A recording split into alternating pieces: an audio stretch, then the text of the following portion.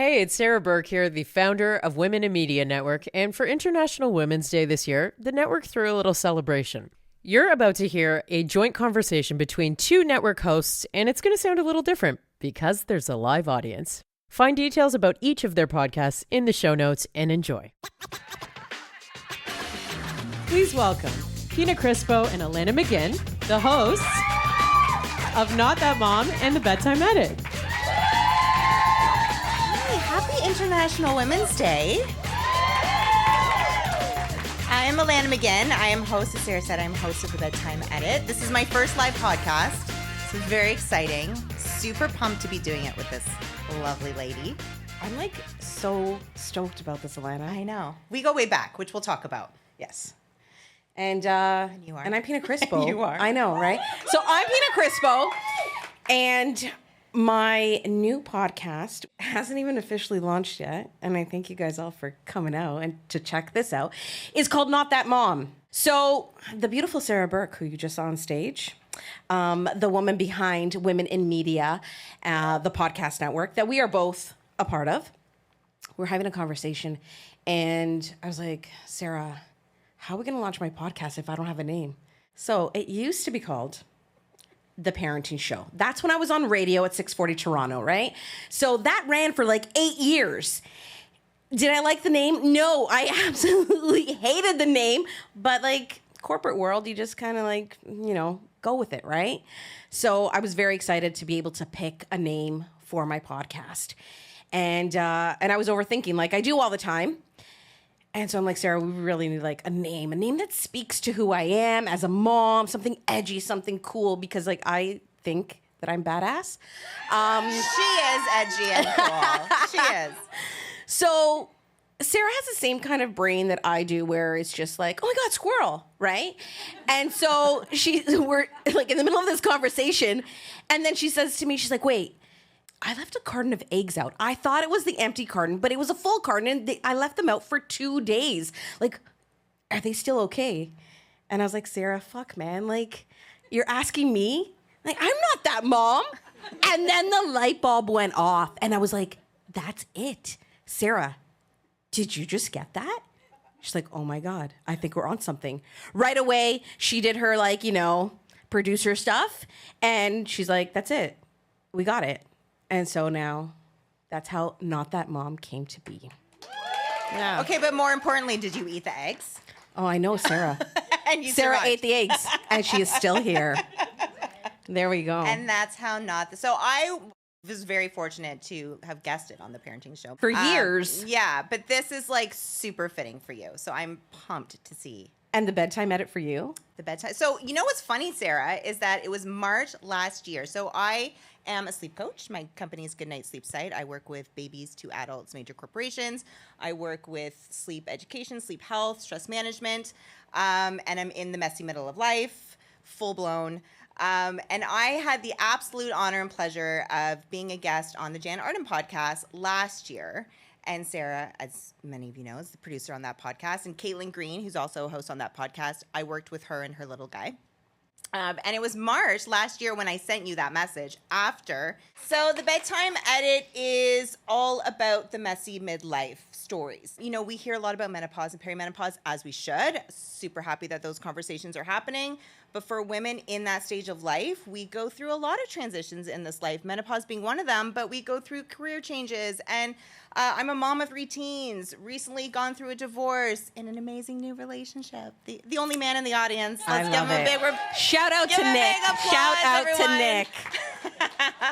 And a lot of that navigation keeps you up at night. So really the basis of this podcast is what is keeping you up at night during that messy middle. And those are the conversations that I'm having. So I'm having them with, there'll be solo episodes where I share a lot of stress management tips and sleep health.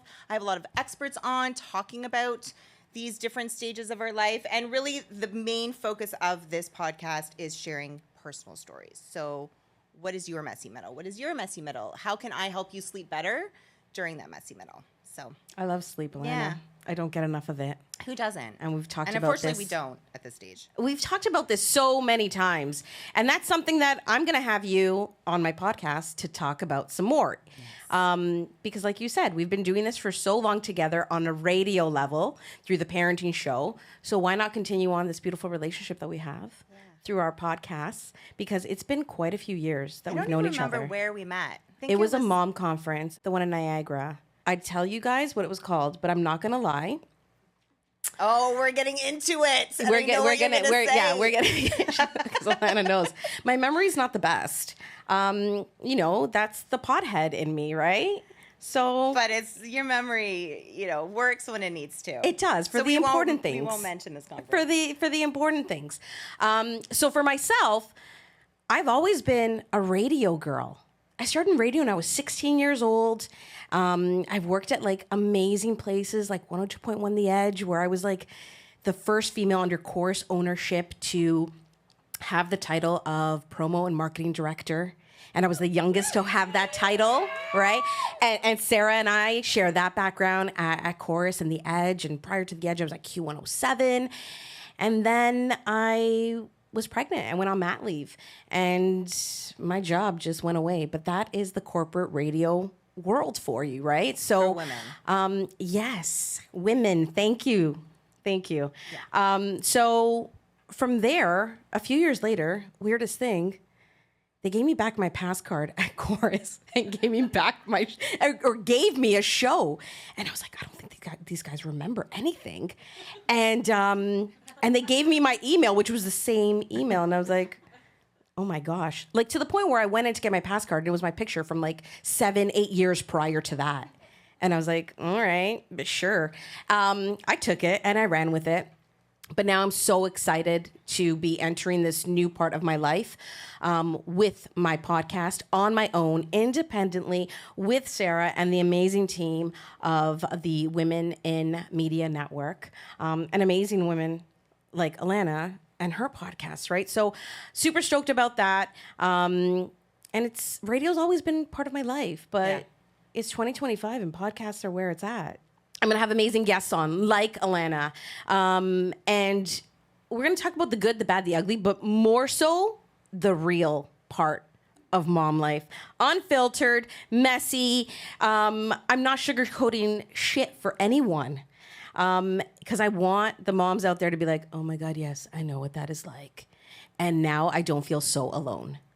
So that's what Not That Mom is going to be talking about. I love it. What is keeping you up at night? What's the big story?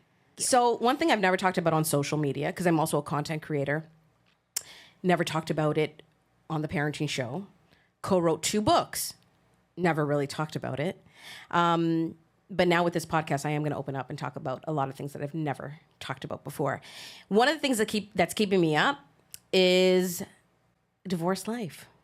Navigation. Yeah, which a lot of people don't know. A lot of people didn't even know that I was married.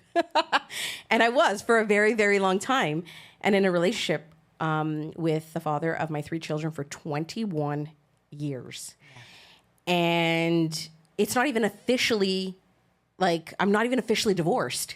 So that keeps me up because it's just like that battle between, how do I do the right thing for my kids, but also make sure I'm doing the right thing for myself, set those boundaries, not be taken advantage of. Yeah. Boundaries are huge. I suck at them. I sucked at them. I'm getting better at them. Sucked. Yeah.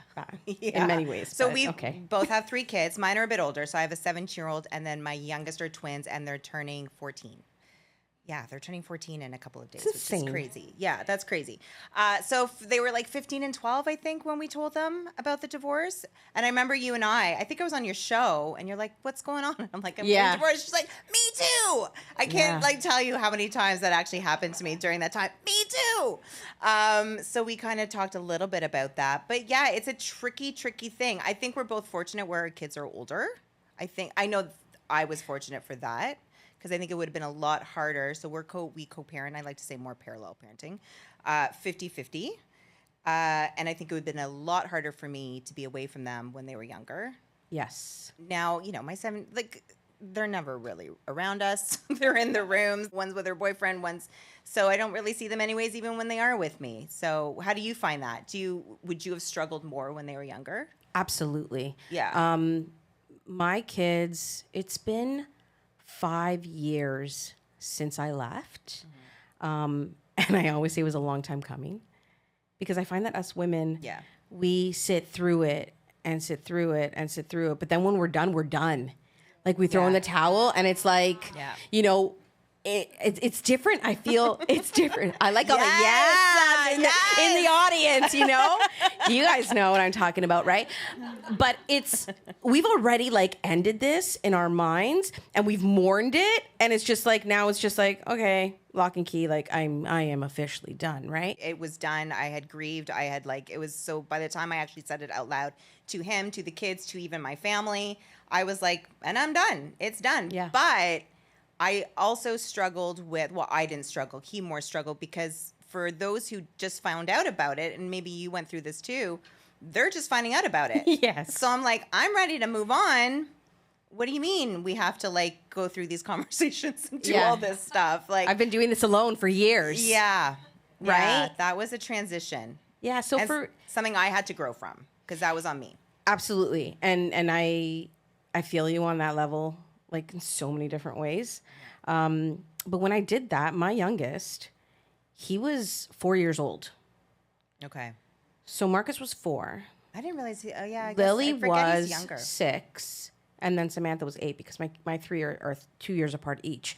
But honestly, it was hard. Now they're a bit older, 13, 11, and 9. And it's still the best decision that I was that I could ever make, because I always said, I don't want and a lot of you guys that are in the audience that know me personally, you guys know because I talk about this all the time. I never want my girls to grow up thinking this is healthy and this is normal in a relationship. And I never want Marcus to grow up thinking that this is how you treat a woman over my dead body. You know, the Italian mom is going to come out. And I'll be like, where is the wooden spoon and the slippers that I can throw at you, kid? Because that's not how we treat women. And I think it's actually fitting, you know, tying it into today being International Women's Day, right? But sure. No, I honestly, a lot of women I feel too, like, I don't know if you had this, Alanna, where it was like, oh my God, am I going to fuck up my family and fuck up my kids for leaving? There's that guilt. I mean, even though like I'm not necessarily thinking that about the divorce, and of course I thought that when going through it, I mean, I'm still thinking about like every decision I make in life, is this going to screw up my kids? But like you, for me, I actually remember the moment standing in my kitchen thinking, okay, I am going to be a single mom. Like this is happening. And I remember what I was looking at. I remember like it was January.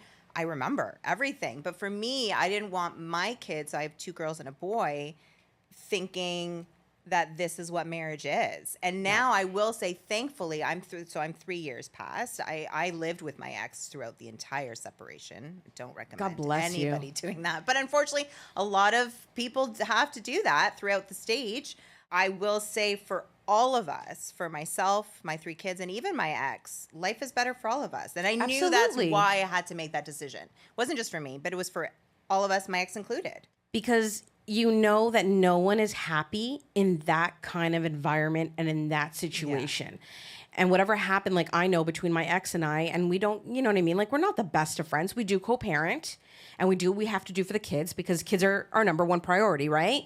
I wish him the best. Of course. You know, and I'm like, you're the father of my children. You know, I want you to be happy in life. And that was one of the things that was huge for me too, is that, you know, at the time I was 40 and I'm just about to hit 45.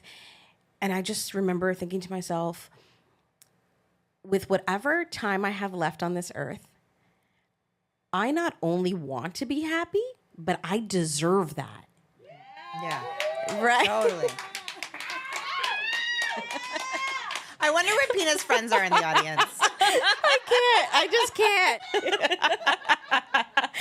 So that was like a big thing for me. I'm like, I want to be happy, damn it, and I fucking deserve it. 100%. And your kids deserve it. Like your ex, everyone, we all deserve it. Yeah, and he deserves to be in a relationship, a loving, caring relationship with someone that he wants to be there in the right way. Yeah. And someone that loves him completely. Yeah, someone once asked me, they were talking about, it was another show that I was on. I was doing an interview about it and said the peeling the orange method, I guess. It's like, does he peel your orange? And I never heard of that. What is this? Well, Peeling like the orange? if he loves you, if he will do it, he would peel your orange for you, right? Oh, I love that. Okay, but here's do you? Like, I don't need anyone to peel my orange, but for me, it was like, and she asked me that, like, how did it feel to know that he wasn't peeling your orange? I'm like, I wasn't peeling his orange either. Like, it wasn't, I could easily list off all the things he did wrong, but I can easily list off all the things I did wrong. It takes two. 100%. So that's what I'm saying. Like, everyone deserved a better life. Yeah. Right? Aren't we being nice? Hold on a second. But you just said that you mentioned that you got someone special in the audience. He's so cute. And, okay, hold on. Can I tell you guys something hilarious? This is funny. So, Alanna, what is your man's name? Nick. What's my ex's name? Nick. What's your ex's name? Mike. What's my man's name? Mike. That's right. So we basically trigger each other every conversation that we have. She'll be like, "Oh my God, I love Nick," triggers. and I'm like, I'll be like, Mike peels my orange." He does much more than that too, but that's for a different episode. That's why you guys all have to subscribe and tune in. But it's been about the same duration of time, right? Yeah. Oh no, literally. Yeah, we just found this out the other day. That it's because we just hit about a year. And we just hit a year. Yeah, it was around the same time. We're like, what? What? I'm like, and your guy's a music guy? I'm like, Alanna, my guy's a music guy. Oh, I don't think I knew that. No, we were talking about concerts. Well, I knew you were a music person, but I Yeah, didn't know so that he's he cute was. and good taste in music. Like, that's important. See? We right? got a couple, babe. That's a good. Very soon we're going on a double, Nick. Yeah. He's met Which my Mike? He's met my Mike. Yeah. Yeah. So how did you know that it was the right time to date after all of the shit? So, like I said, I was living with my ex for the year and a half of separation. So the thought of like introducing anyone into my life I couldn't even think about it. Like I didn't join any apps. I just did not have the capacity for that because it was a tough separation and divorce, very tough. So it wasn't until I moved out where I entertained the app world. And I'll be honest, I've said this to him, so I don't feel bad saying it. Like, he was not part of my plan. I was like, I like to think I'm a pretty independent lady. I'm like, I'm okay if I'm single for the rest of my life. I have my dog, I have my kids, I will be a great grandmother, like a awesome grandmother. If I don't meet anyone, I'm okay. And then I went on the app, and he was my first date. No, he was not. Yes, I know. I'm sorry. Fuck? I always feel so bad about that. I know. I got lucky. And I'm not just saying that because he's in the room, but No, did. she totally got lucky. Yeah, I went out for breakfast with one of my girlfriends. She'll probably kill me for saying this. Yesterday. She's also in the same boat, like single, divorced, and she's like, "You bitch." I'm like, "I know, I'm sorry. I didn't mean to. It just happened." But it's so true because it does sometimes. I find that it creeps up and it just happens. Yeah. For me, I waited 2 years after to even think about dating. And it wasn't until one of my guy friends, shout out to Neil, Nononello, and he's like, he goes, "Can you just fucking get on a dating app?" And I'm like, "No, I'm not going to do it. That's not who I am. I'm not going to do it." And my girlfriends are looking at me in the front row too. They're like, "Mm-hmm." And, but I finally did it 2 years after because I wanted to work on myself. I wanted to like try to heal, because I didn't want to go out there broken and a busted hot mess just to fuck with someone else. Like, I know what that felt like, and I wasn't going to take any part in doing that to someone. So I was like, okay, I'm going to do my work and then I'm going to do this. But I did do the dating, and it was like, it was not fun. It was horrible. It was so shit. I'm sorry, I wouldn't know. As Alanna flips her hair. But yeah, and then it was like, fall of 2023. And I was just like, I'm done. I erased everything. And then Mike popped out of nowhere. Actually, I remember, I think I was on her show a lot. That's when we would talk. And I remember you, like, when you had just met him and you're like, I don't know. And I had just started dating him. And I'm like, just go for it. I remember having that conversation. Because with what you. happens is no one talks about the healthy relationship after the toxic ones. But also, and how hard that was. So for me, Yeah. like, I was just like, oh my God, this guy's doing all the right things. And Right? he's nice to me. Like, what the fuck's going on here, right? Like, we talked about that too. right? Yeah. So for me, it was like, I don't know. And then I started to do what Pina does and self-sabotage.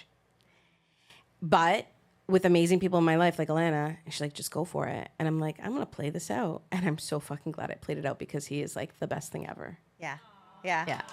I can't wait to meet him. But it's funny because there is, like, and again, I've said this to his face. That's okay that I'm saying it now. But, like, he almost didn't get a second date because it went so well.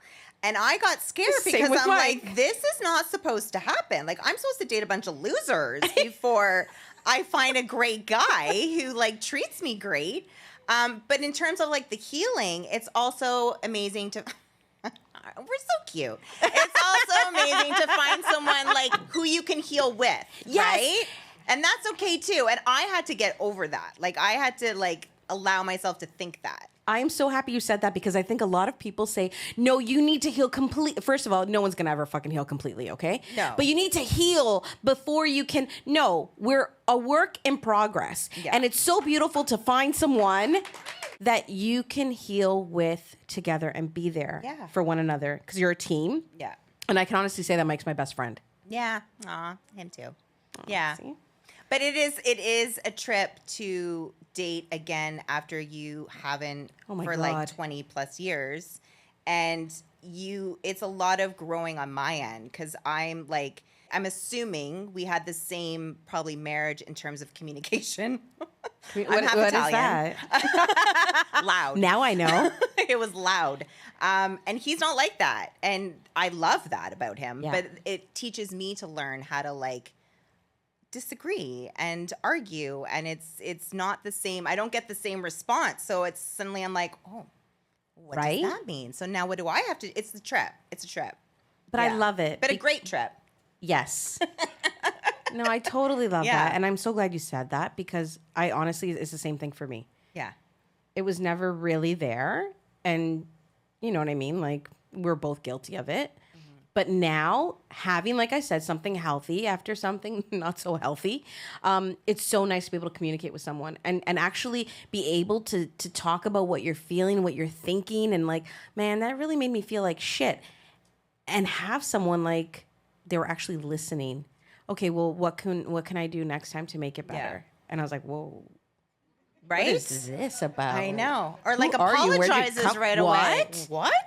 You just owned your shit right away? I don't know. Like, honestly, the first time he did that, I'm like, I don't know how to receive that. Like, what do I do with that? I'm ready to be mad at you for 3 days because that's how it worked. And now it's like, okay, so now I had to learn to get over shit quick. And that was new for me. And I'm still working on it, as he knows. But aren't we always working on shit, Alanna? Right? So have you introduced, like, have you done the kid introduction? So I have some friends, and God bless them, that they've done, they meet someone and they're like all for it. And I love it. But because of everything that I've been through, we went really slow. Yeah. And I love it. So like, we just celebrated a year in January. And in December is when I told my kids.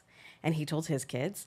And he met my kids maybe about a month ago. And I'm meeting his next week. Oh, you haven't met them yet? No. Oh, that's exciting. So I'm so super excited and stoked about that.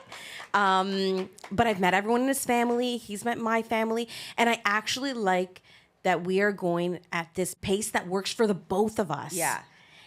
I'm really, really excited about it. Yeah. No, that's awesome. Yeah. And because I know that you guys did a family trip. Yeah. Well, he lives with us. He's moved in. Nick. Yeah, no, he's in. I love it. He's in. I love it. No, my kids were great with him. But we didn't wait a year, but we waited 6 months. But I think that that's good. And you have to do what feels right for you, your partner, the family, like on this journey, right? 100%. Yeah. But I did tell my kids, my eldest daughter, found out prior to that. And so would have, like, if I was FaceTiming him, you know, she would talk to him. So there was a little bit of that introduction, and they were super excited to meet him. And I mean, he's just great with them, and they adore him, and he adores them. And yeah, like, again, got really lucky. Really. And he has no kids. I got really lucky. Sorry. Oh my gosh. I did. Look at that. But that could be good or bad. Then you're like worried, well, is he going to be okay with kids? You know, does he? But he's amazing. Question for both of you. What about adjusting to sleep with new men? Oh. Like what sleeping you know, like alone for so so and then having to Yes. share a bed. Dicey conversation, Sarah. come on. Okay, so do you want? I'll jump in Yeah, you go. first. Mike has a king size bed, so like we'll do our little cuddle, and then it's like, all right, night night, and we both roll over to our sides, and like no one's hot, like you've got your own space, it's all good. You know what I mean? Like, yeah. So for me, it was great. I no complaints, because we both like to sleep in that kind of way. First of all, there's no other size than king size if you are sharing a bed. This is an Coming from the ongoing- sleep expert yeah, here. Like, I'm sorry. So we also have a king size bed. So when we first had an overnight, I'm like, dude, you have sleep apnea. Like, 100%. It's my job to know these things. And he's like, damn it, I thought it went away. I'm like, that doesn't go away. So yeah, like bad. What was it? 90 times per minute he would stop breathing. Like, What? bad. Yeah, bad. So if anyone listening, this is I'm putting my sleep habit on here. 90 times an hour, not 90 a minute. times an hour. I was I'm like, sorry. Well, that's still whoa. bad. I'm happy to see that you're here, Nick. It was bad. So yeah, until he got tested, and that takes time, and the CPAP machine and all that, it was a lot of snoring going on. So good sleep for him, in terms of he was sleeping, not so great sleep for me. But now that he has his CPAP, life is a lot better for both of us, unless it comes off. And that's when he sees raging Alanna. It doesn't happen during the day, just at night. And it just happened a couple nights ago, which is why we're laughing so hard that you asked that question. I love it. All that stuff that you've talked to me about sleep as well. Like, are you doing all the stuff that you need to do that you tell me about? Like, set up your room, Pina, no electronics in the bedroom, blackout blinds. Make sure that you're changing your bedding. You bitch. You're asking Make sure me that this you have the question. appropriate bedding for that time of the year and the seasons and stuff like that. We do have a habit and what we like to do before we go to bed, amongst other things, but this is the main thing that we do before I like we go the to bed, spiciness. is we do like to go on TikTok and like do a Oh my little God, we couple do of that scrolls. too. It's our TikTok time. He's like, get out the TikToks, babe. I'm like, okay. That's what we do This too. is like 48 and 40, almost 47. Like this is what That's you do. life. Yeah. So I like don't it. advise it. Put the social media away before you go to bed. But I set boundaries. We shut it off once we're getting tired. But Alanna also has told me in the past that, you know, to get ready for bed and get a good night's sleep and get your rest, do something, you know, that really relaxes you before bed. we And know I've what you do. always liked that piece of advice. All right, we are going to get into a giveaway. The sleep is the theme. So there's a tumbler, there's a journal, there's a sleep mask, there's a lovely bedtime candle, and the other prize pack is merch. You get some Women in Media merch. So a tote, hats, t-shirts, fun stuff for that. Which, by the way, yes. I know Sarah mentioned this earlier, but if any of you guys don't win and you're like, oh my God, this merch is so awesome, you can purchase it outside. And like Sarah said, proceeds will be going to the London Abused Women's Center. So you get to go home with some sweet swag and you get to help out a great cause. Okay, Awesome. back to you, Awesome, Alanna. awesome. Okay, so how do you win that gift pack? You have to answer a question. So we have the time change. You guys know the clock's changing tonight? This morning? I know. Yeah? Yeah. DST, Daylight Saving Time. Tonight. I know. Save the we're daylight's my saving it. favorite kind. Okay, so here's what I want to know. Are we gaining an hour or losing an hour? Losing an hour. Good job. Ooh, I This is the love hard it. one. This is the hard one. Okay. Is it daylight saving time or standard time? I think we're going into daylight savings time. You got it. Good job. Yay. Alanna, tell her what to do with the journal. So journaling is great. Thanks, Sarah, producer Sarah. So journaling is great. Actually, a study shows that women should get 20 more minutes of sleep because we have so many tabs open in our brain and we exert a lot more mental energy than men do. Sorry, honey. But it's true.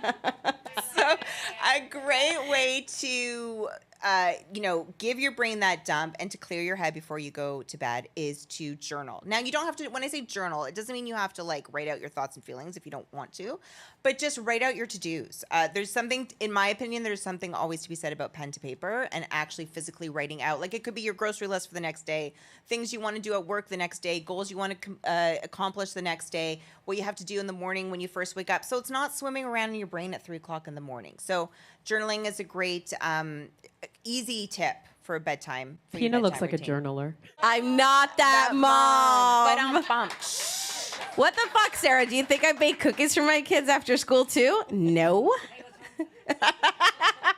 Hey, that's all right for those that do it, but I'm just not that mom. As we get into like our last few minutes here, I would love to know about some of the women in your life that you admire, who inspire you, as it is International Women's Day. You both inspire me, and I wanted to say thank you so much Write for being a that part of the down. network. I know. That's so The feeling's mutual. Yeah, 100%. I have to say, obviously, my mom's at the top of my list, right? Who can't be here today because what is she doing? She's running around with my kids, dance, birthday party, all that stuff, right? So my mom, one of the strongest women I know, and she's the glue that holds my family together.